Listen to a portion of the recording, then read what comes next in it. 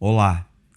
Imagine que você saiu para fazer uma caminhada num lugar muito bonito, descampado, num lugar maravilhoso no entardecer, no cair da tarde. Ao pôr do sol você pôde contemplar toda aquela vasta paisagem, a beleza, mas repentinamente a noite caiu sobre você quando você ainda estava fazendo esse passeio, essa caminhada, você ainda não havia retornado para o ponto de onde havia partido.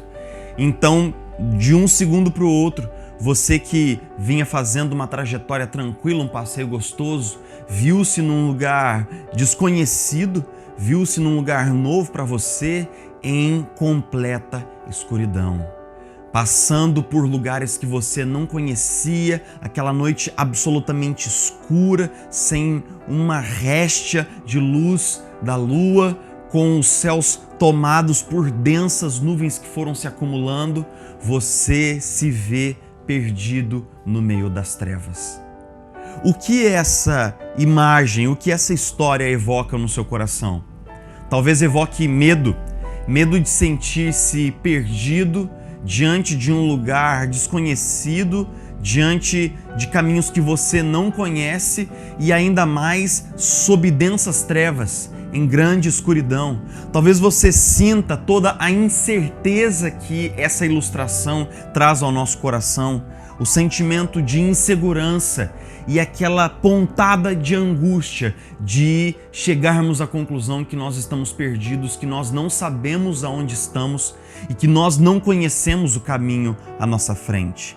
Lembre-se que em certo momento da sua vida, Davi fez referência àquilo que ele estava vivenciando, a sua experiência cotidiana. Ele pinta uma imagem poética, uma imagem metafórica desse período da sua vida, dizendo que ele estava passando por um vale de trevas e de morte. Ainda que eu ande por um vale de trevas e de morte. Davi está compartilhando conosco que ele estava passando por um momento escuro, um momento sombrio, um momento de trevas na sua vida, um momento no qual ele caminhava por um trecho da jornada que era escuro, que era sombrio, que tinha um cheiro de morte no ar. Nossa oração nesses tempos de pandemia tem sido mais ou menos assim: que Deus brilhe a sua luz no nosso caminho. Enquanto nós passamos por esse vale de sombras e de morte, enquanto nós passamos por esse trecho escuro do caminho, nós oramos pedindo que Deus possa derramar sua luz na nossa frente, derramar sua luz guiando os nossos passos. Luz também é uma metáfora muito preciosa e abundante nas Sagradas Escrituras. Existe um texto no Evangelho de Mateus que diz assim, capítulo 4, versículo 12, Mateus 4:12 diz assim: quando Jesus ouviu que João tinha sido preso, voltou para a Galiléia, saindo de Nazaré. Foi viver em Cafarnaum, que ficava junto ao mar, na região de Zebulon e Naftali, para cumprir o que fora dito pelo profeta Isaías: terra de Zebulon e terra de Naftali, caminho do mar, além do Jordão, Galiléia dos gentios. O povo que vivia nas trevas viu uma grande luz. Sobre os que viviam na terra da sombra da morte, raiou uma luz. Daí em diante, Jesus começou a pregar: arrependam-se, pois o reino dos céus está próximo. Mateus está contando pra gente aqui como se iniciou o ministério de Jesus. Ele nos diz que em determinado momento no qual o ministério de João Batista começava a declinar, começava a perder relevância no cenário religioso daquela nação, então o ministério de Jesus iniciou-se. Logo após a tentação no deserto, Jesus vai para a Galiléia, uma região predominantemente povoada por gentios e judeus empobrecidos. Não era uma região nobre, não era uma região amada, não era uma periferia, digamos assim. Então, na Galiléia viviam muitos gentios, viviam muitos judeus empobrecidos, muitos camponeses, e justamente nesse lugar de muita desesperança, justamente nesse lugar de trevas, justamente nesse lugar sombrio, no qual pairava uma sombra de morte, Jesus iniciou o seu ministério como um resplandecente facho de luz e de esperança para aquelas pessoas. Aquelas pessoas que muitas delas viviam distantes de Deus, viviam distantes do Eterno, viviam na completa ignorância de Deus e dos seus caminhos. E então Mateus cita a profecia de Isaías capítulo 9, versículos 1 e 2, para nos dizer que o ministério de Jesus cumpriu aquela profecia de que Deus derramaria intensa e vibrante luz sobre uma região que vivia mergulhada nas trevas da ignorância de Deus, nas trevas da distância de Deus, nas trevas do pecado, nas trevas da indiferença a Deus. Foi ali que Jesus iniciou o seu ministério que foi como um facho de luz. Mas um pouco à frente, no Evangelho de Mateus, nós somos informados que Jesus faz os seus primeiros discípulos, Pedro, Tiago, João, e então o ministério de Jesus começa a ganhar um maior vulto, começa a ganhar uma maior relevância, então um maior destaque no cenário religioso daquele país.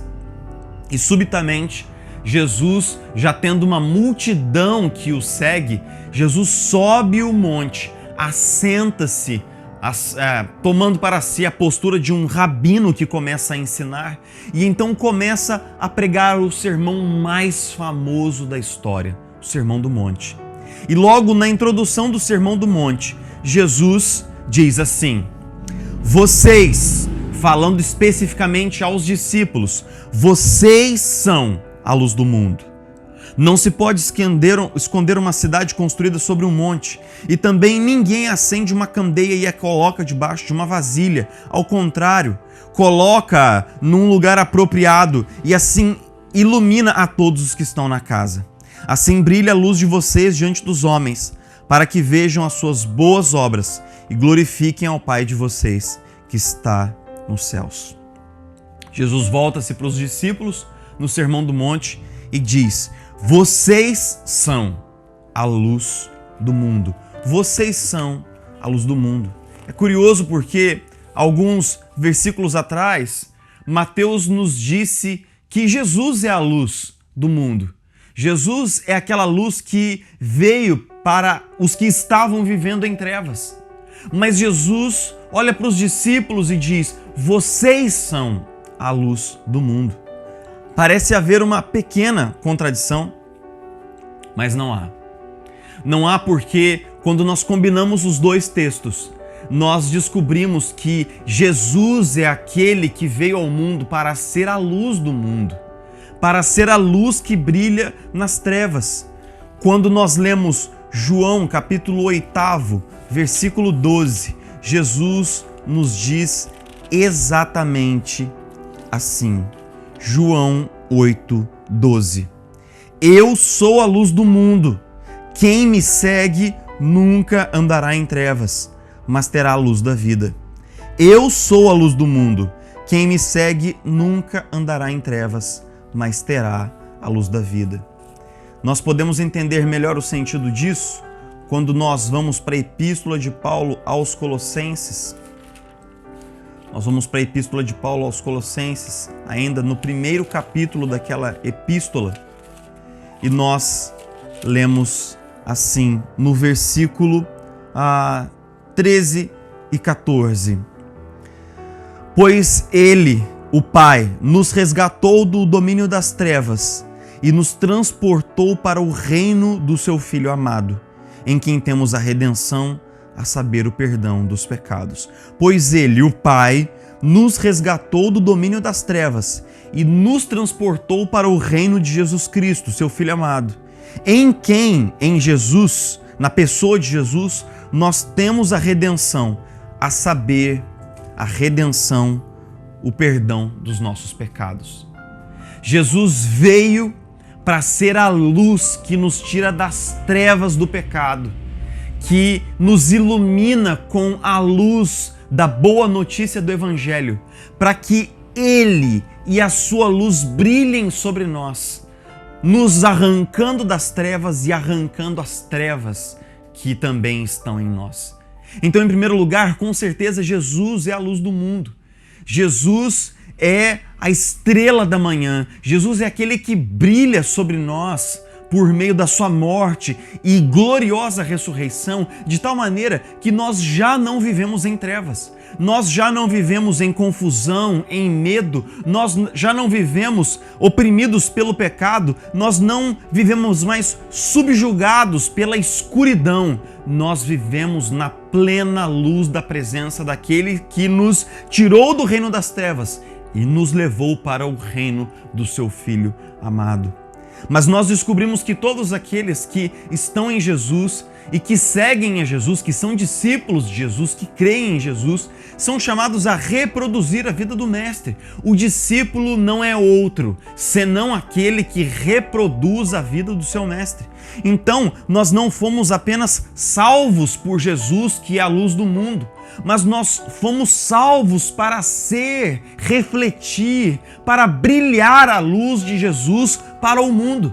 Então nós fomos salvos para ser luz no mundo. Em 1 Tessalonicenses capítulo 5, versículo também 5, diz assim: vocês são todos filhos da luz, filhos do dia, não somos da noite nem das trevas. Paulo está usando novamente a metáfora de trevas e luz com os tessalonicenses para lembrá-los de que uma vez que eles foram redimidos em Cristo, eles são filhos da luz, eles são filhos do dia, não são filhos da escuridão, não são filhos das trevas, não são filhos da noite. Como filhos do dia, eles precisam brilhar a luz de Jesus, eles precisam refletir a luz de Jesus, eles precisam mostrar a luz de Jesus nas suas vidas. Ou seja, quando nós unimos os dois pontos, Jesus é a luz que veio para que todo aquele que nele crê não viva mais nas trevas. Quando nós nos lembramos de que Jesus nos ensinou de que nós somos com Ele e por meio dele, apenas nele, a luz do mundo, que nós precisamos brilhar a luz de Jesus na nossa vida diária, na nossa experiência de vivência cotidiana. Então, nós somos lembrados de que muitas vezes nós temos orado pedindo: Jesus, brilhe a tua luz no meu caminho. Mas Jesus nos diz: brilhe você, a minha luz sobre você no caminho das pessoas. Se você tem orado nesses dias pedindo que Deus brilhe a luz dele no seu caminho, então eu quero te lembrar de que na verdade você já foi iluminado pela verdade do Evangelho, de que a luz da boa notícia de Jesus Cristo morto no seu lugar e ressurreto para a sua salvação já brilha sobre você. Você já é iluminado, já há uma luz maravilhosa vivendo sobre você por causa do Evangelho, e agora você foi chamado para brilhar, deixa a sua luz brilhar, deixa a sua lâmpada resplandecer na vida das pessoas que estão à sua volta. Lembre-se do que Jesus disse: você é a luz do mundo, brilhe as suas boas obras diante dos homens, para que elas vejam as suas boas obras e glorifiquem ao seu Pai que está nos céus. Jesus nos ensina que quando nós levamos a sério a missão de sermos discípulos e de brilharmos e resplandecermos, refletirmos a sua luz, as pessoas que estão à nossa volta veem a luz de Jesus refletida na nossa vida e eles se voltam para a fonte dessa luz. Que vocês vivam as suas boas obras diante dos homens, para que eles vejam as suas obras e glorifiquem ao Pai que está nos céus. Então Jesus está nos ensinando que o bom discípulo, a luz de Jesus brilha na vida do bom discípulo, mas as pessoas veem essa luz e voltam os seus olhos para a fonte verdadeira dessa luz, que é o próprio Jesus. Então eles veem a luz de Jesus brilhando em nós, e por meio de nós, o seu olhar é convergido para Jesus Cristo, aquele que é a luz do mundo, aquele que é a luz do mundo. Não ore para que Deus coloque luz no seu caminho. Ore para que você seja um ponto focal de luz no caminho das pessoas que estão à sua volta. Olha a sua volta. Olha a sua volta. Você tem sentido medo nesses dias? Você que conhece a Jesus que conhece e sabe tudo o que Jesus fez por você, pela sua salvação.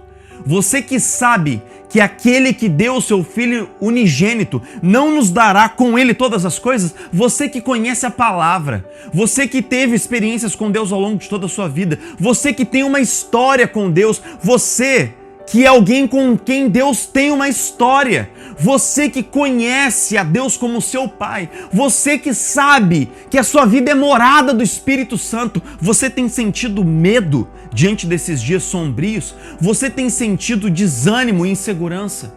Então imagine aquele que está passando por tudo isso sozinho. Imagine aquela pessoa do seu convívio, aquele colega do trabalho, aquela colega da faculdade que está passando por tudo isso, mas sem esperança, sem consolo, sem uma palavra que possa aquecer o seu coração, sem aquela presença maravilhosa do Espírito Santo que pode ser uma âncora para essa pessoa em tempos de caos, calamidade e tragédia. Coloque-se no lugar dessa pessoa e mude a sua oração. Meu desafio para você é: pare de orar errado nesse tempo de pandemia. Não ore pedindo luz para o caminho. Você já tem luz. Na verdade, você é a luz enviada por Deus ao mundo para espalhar esperança, para espalhar confiança, para luzir na vida das pessoas que estão à sua volta. Então pare de orar errado. Ore pedindo: Senhor, brilhe a tua luz através da minha vida, que eu possa ser portador da tua luz. E como nós podemos fazer isso? Leve paz, leve pão, leve a palavra. Leve paz.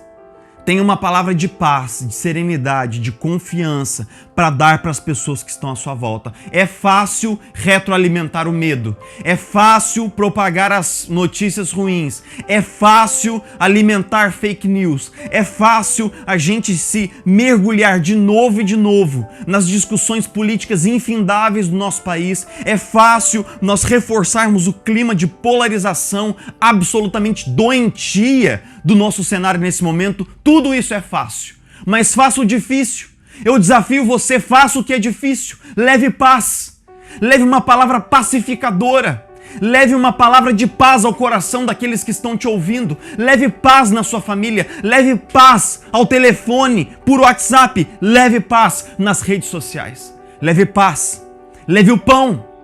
Leve o pão. Tem pessoas à sua volta que estão precisando de uma cesta básica, que estão precisando de R$50, estão precisando de ajuda financeira, estão precisando de apoio para poder passar com integridade emocional, psicológica e física ao longo desse tempo. Então leve o pão. Não se prive de compartilhar e partilhar aquilo que Deus tem colocado na sua mão. Com certeza, Deus tem te dado algo para partilhar, então partilhe o pão. Parta o pão, celebre a partilha do pão, celebre a mesa cristã que parte o pão. E por fim, leve a palavra. Leve a palavra. Meu querido, como é fácil a gente abrir a boca nesse período para de novo defender o nosso candidato, defender a nossa ideologia, defender isso, defender o uso de tal medicamento, defender aquilo.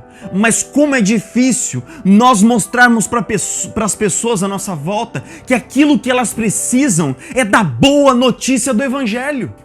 Então não se prive de ser um portador da palavra de Deus, a única palavra que pode trazer esperança nesse tempo. Partilhe a palavra. Ao longo de toda a Escritura, nós vemos Deus transformando trevas em luz. Foi assim em Gênesis 1, e Deus disse: haja luz, e houve luz. Foi assim também em João 1, quando nós somos informados que Jesus veio ao mundo, a luz, criadora de todas as coisas, veio ao mundo. Então Deus está sempre transformando trevas em luz. E Ele fará isso mais uma vez nessa condição e nesse cenário. Ele transformará trevas em luz novamente. Mas houve um momento nas Escrituras nas quais Deus transformou luz em trevas.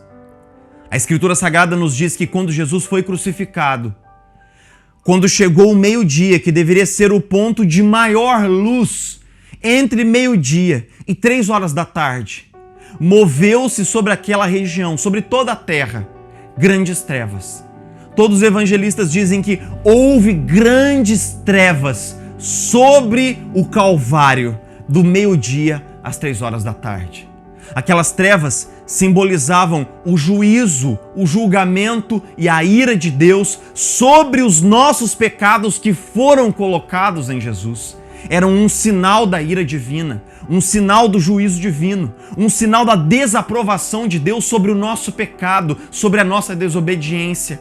Como o nosso pecado foi encravado em Jesus, então essas trevas são um símbolo da ira divina colocada sobre a vida de Jesus, que morreu em absoluta treva. Jesus morreu mergulhado na escuridão. Morreu a nossa morte em trevas, para que nós fôssemos transplantados, arrancados das trevas e trazidos para a luz. Então, por causa de Jesus, aquele que morreu em trevas, nós já vivemos na luz. Você é um filho da luz, você é uma filha da luz. Então seja portador da luz, seja portador da luz. Não peça, Senhor, brilhe a tua luz no meu caminho. Peça, ore, clame de joelhos, chore na presença de Deus, pedindo: Senhor, faz de mim agora, nesse momento de treva, uma fonte resplandecendo a tua luz sobre a vida das pessoas que estão à minha volta. Leve a paz, leve o pão, leve a palavra. Que Deus abençoe você. Nós nos encontramos na próxima. Até lá.